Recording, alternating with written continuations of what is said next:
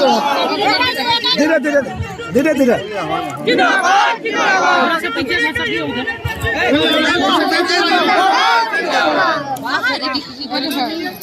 रास्ता खाली है आगे गेटा बढ़ो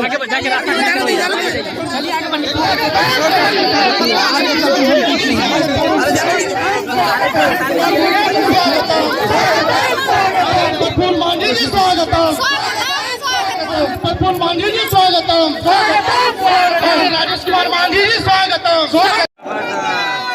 शानदार जबरदस्त जिंदाबाद। तो हमारे युवाओं को दिल के धड़कन इस भारत की आशा जो गरीबों जिस पर गरीब विश्वास रखते हैं, हमारे पिछड़ा समाज जिस पर विश्वास रखते हैं, जिस विभाग में जाते हैं वहां उन्नति और प्रगति की धारा बहने लगती है।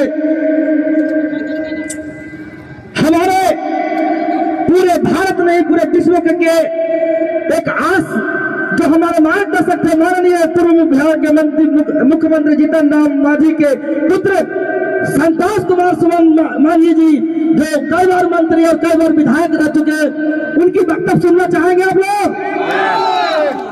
एक बार हाथ उठा के बोलिएगा तभी हम रिक्वेस्ट करेंगे। एक पटना से चल के आए, कल उनका बैठक है पटना में, लेकिन बोला कि अगर लड़ाई, हमने बोला सर यहाँ के ईसीएल, यहाँ के रेल और यहाँ के सेल यहाँ के गरीबों को घर से निकाल रहा है। उन्होंने कहा कि बंगाल में ममता बनर्जी की सरकार है और बिहार में नीतीश और लालू जी की सरकार है और उसका मंत्री हम हैं। दरकार पड़ेगा तो हर आंदोलन रोड से लेकर के संसद और राजभवन तक लड़ेंगे, लेकिन गरीबों को घर नहीं तोड़ने देंगे। तो उनका भाषण सुनना चाहेंगे आप लोग? उसके बाद पैदल चलेंगे डीएम ऑफिस। तो अपना अपना लोटा कमंडल सतुआ मुड़ी बांध लीजिए। इनके भाषण के बाद हम लोग सब डीएम साहब के पास चलेंगे। एक बार जोरदार तालियों से स्वागत होना चाहिए। संतोष कुमार सुमन जिंदाबाद, संतोष कुमार सुमन जिंदाबाद। हमारा नेता कैसा है? सम्मानित अध्यक्ष जिनको हम लोग बंगाल टाइगर से भी जानते हैं, छोटे भाई सिंटू कुमार भुइयां जी जो राज्य अध्यक्ष हैं भुइयां उत्थान समिति के, इस अवसर पर यहाँ पे उपस्थित हैं। हम लोगों की आन बान शान बिहार झारखंड संयुक्त जिस समय था एक राज्य थे, उस समय के मंत्री जिनकी आवाज आज भी आपके दिलों में छू गई है और आपको एक उत्तेजना पैदा की है, माननीय श्री दुलाल भुइयां जी। यहाँ पे उपस्थित हम पार्टी के तेज तरार नेता और सिकंदरा के माननीय विधायक, हम के नेता श्री प्रफुल्ल मांझी जी उपस्थित,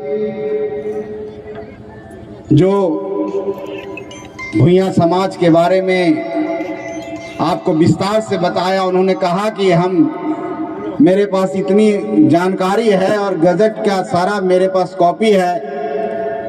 ऐसे नायक माननीय अर्जुन नायक जी उपस्थित, श्री सत्येंद्र गौतम जी जिनको बिहार में हम लोग ट्री मैन के रूप में जानते हैं, और आप सब जानते होंगे दशरथ मांझी जी को जिनको माउंटेन मैन के रूप में जाना जाता है।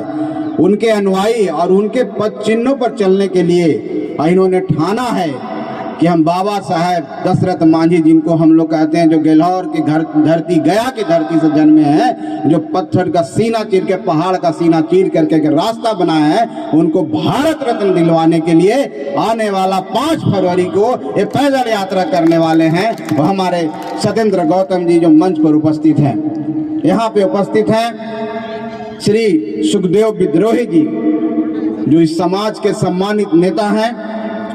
हम लोग के साथ गया से चल के आए हुए हैं हमारे भाई जो पेशे से अधिवक्ता हैं श्री शंकर मांझी जी, हम के सम्मानित जिलाध्यक्ष श्री नारायण प्रसाद मांझी जी, भाई रोहित भुइयां जी, हम के झारखंड प्रदेश का युवा अध्यक्ष श्री धर्मेंद्र भुइयां जी, राम स्नेही मांझी जी जो गया से आए हुए हैं, संतोष सागर जी, मनोज भुइयां जी, इस मंच की शोभा बढ़ा रहे हैं सुशांत गौरी जी, श्रीमती किरण देवी जी, भुइयां मुसर विकास समिति करके चलाते हैं हमारे मुकेश मांझी जी जो वैशाली से हैं, ईश्वर दयाल जी सासाराम के रहने वाले हैं। यहाँ पे उपस्थित हैं श्री सीताराम भुइयां जी, श्री गणेश भुइयां जी और मंच पे उपस्थित सभी सम्मानित जो इस समाज के प्रतिनिधित्व करते हैं, समाज के रहने वाले हम सब का परिवार। और इस मंच के आगे जो एक हुजूम है जो हजारों की संख्या में आप सब सिंटू भुइयां के एक आह्वान पर यहाँ पर उपस्थित हैं, सभी माता बहन सभी भाई बंधु को मेरा नमस्कार, मेरा प्रणाम। हम सब परिवार हैं और आज का दिन एक विशेष दिन है हम सब के लिए। ये इतिहास गवाही देगा कि सिंटू भुइयां के एक आवाज पर इतनी संख्या में यहाँ पर लोग हैं। और पूर्व के सारे वक्ताओं ने पुरजोर आवाज से अपनी बात को रखी और मैं सबकी बात को सुन रहा था। सबने एक बात की है, भुइयां समाज जिसको जो तुलसी वीर को मानते हैं, जो सेवरी के संतान हैं, जो जिनकी एक विजय गाथा है, एक वीर गाथा है, जो दशरथ मांझी जी के संतान हैं, इस सब ने आप सबको बोला है कि हमारे अंदर कोई क्षमता की कमी नहीं है, हम चाह लेंगे तो कुछ भी कर देंगे। जब दशरथ मांझी पहाड़ का सीना चीर के रास्ता बना सकते हैं तो भुइयां चाह लेगा तो कुछ भी कर सकता है। हमारे दुलाल भुइयां बोले हैं कि हम छेद कर देते हैं, जमीन में छेद करके रास्ता बना देते हैं। तो हम उनकी संतान हैं जो कर्मयोगी है, जो काम करने में विश्वास रखता है, जो अथक परिश्रम करता है और परिश्रम कर करके अपना शरीर गला लेता है लेकिन कभी पीछे हटता नहीं है। ऐसे साहसी और ऐसे अधव्य और ऐसे संघर्षशील समाज के हम लोग अनुयायी हैं, उस समाज के हम परिवार हैं, ये कहने के लिए यहाँ पर आए हैं। लेकिन भाइयों, मैं एक ही बात कहना चाहता हूँ, एक भारत एक लोकतंत्र है और लोकतंत्र में संख्या जिसकी जितनी भारी होती है उसका महत्व होता है।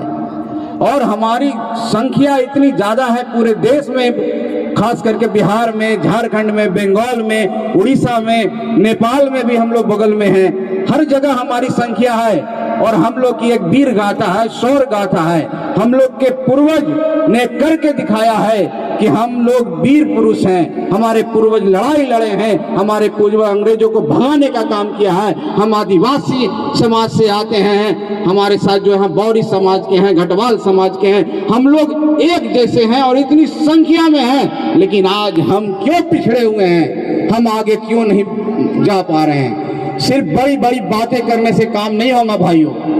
मैं एक ही बात कहना चाहता हूं कि लोकतंत्र का जो मंदिर है, जिसको संसद बोलते हैं, जिसको विधानसभा बोलते हैं, वहां हमारा प्रतिनिधित्व होना चाहिए कि नहीं? वहां हमारा प्रतिनिधि होना चाहिए कि नहीं भाइयों?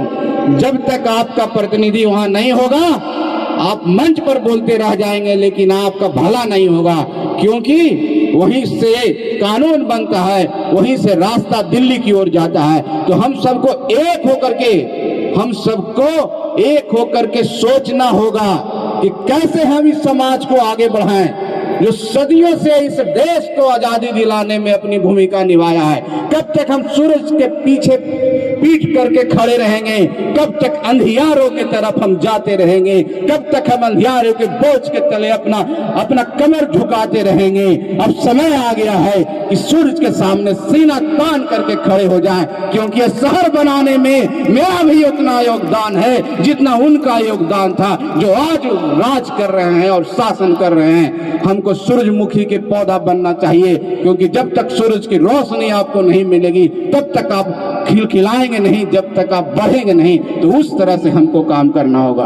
और मैं सिर्फ इस कहने का मेरा मतलब है कि अर्जुन नायक जी ने बड़ी बड़ी बात बोला है, हमारे समाज के प्रतिनिधित्व करते हैं, अच्छे लोग हैं, हमारे दुलाल आदरणीय दुलाल भुइयां जी इतनी अच्छी बात करते हैं, हमारे समाज के शेर हैं जो विभिन्न परिस्थितियों में पुलिस की दमनकारी नीतियों के खिलाफ खड़े होकर लाठी खा के केस लड़ करके आपके बीच खड़े हैं और इतनी बुलंद आवाज में आपके साथ बात कर रहे हैं। फिर भी हम सक्सेस क्यों नहीं है, फिर भी हम सफल क्यों नहीं है, इसका कारण हम सबको जानना होगा। आप सब यहाँ पर उपस्थित हैं, सब समाज के लोग हैं, हम सब परिवार के लोग हैं, इतनी संख्या में हैं भाइयों। एक सिंटू भुइयां के एक आवाज पर आप इतनी संख्या में आ गए हैं, तो इस संख्या का जो मानदंड है, जो मापदंड है, उसको दर्शाना होगा। और वो कैसे दर्शाएगा? जब हम अपना प्रतिनिधि को चुन करके हम अपना संसद में भेजेंगे और हमारी आवाज को बुलंद करेगा, तभी हम कर सकते हैं। हमारे अर्जुन भुइयां जी बोले कि हमको आदिवासी का दर्जा मिलना चाहिए। जय, सही बात है। भुइयां समाज आज भी जिस जगह रहता है, जिस तरह से बिहेव करता है, आदिवासी का क्या मतलब होता है? आदिवासी का मतलब होता है आदम जाति जो होते हैं, जो हमारे, जिनको हम यहाँ के ओरिजिनल निवासी, मूल निवासी कहते हैं, जो पहाड़ों में रहते हैं, जो जंगलों में रहते हैं, जो अपनी बातों को व्यक्त नहीं कर पाते हैं, जिनके पास संवाद नहीं है, अपनी आवाज को बुलंद नहीं कर पाते हैं, जो कमजोर हैं, उसको हम आदिवासी कहते हैं। और भुइयां जाति भी उसी तरह की है। लेकिन सौभाग्य की बात है कि हमारे पास सुखदेव विद्रोही जी हैं, अर्जुन नायक जी हैं, हमारे दुलाल भुइयां जी भी हैं। सब एक होना चाहिए कि नहीं? सबको एक होना चाहिए कि नहीं? और जिस दिन सब एक हो जाएंगे, हम हिला देंगे, इस तख्त को हिला देंगे, उस गद्दी को हिला देंगे, दिल्ली की सत्ता हासिल कर लेंगे। भाइयों, मैं कहता हूँ साथ निकलेगी तो ज्वालामुखी की तरह फटेगी और धरती को हिला देने की क्षमता रखती है हमारे उस आग में।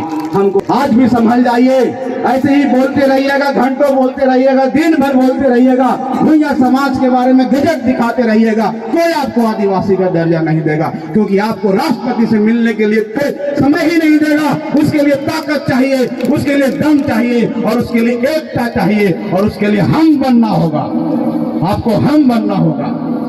हम लोग बिहार में ये ताकत दिखाए हैं भाइयों। हमारे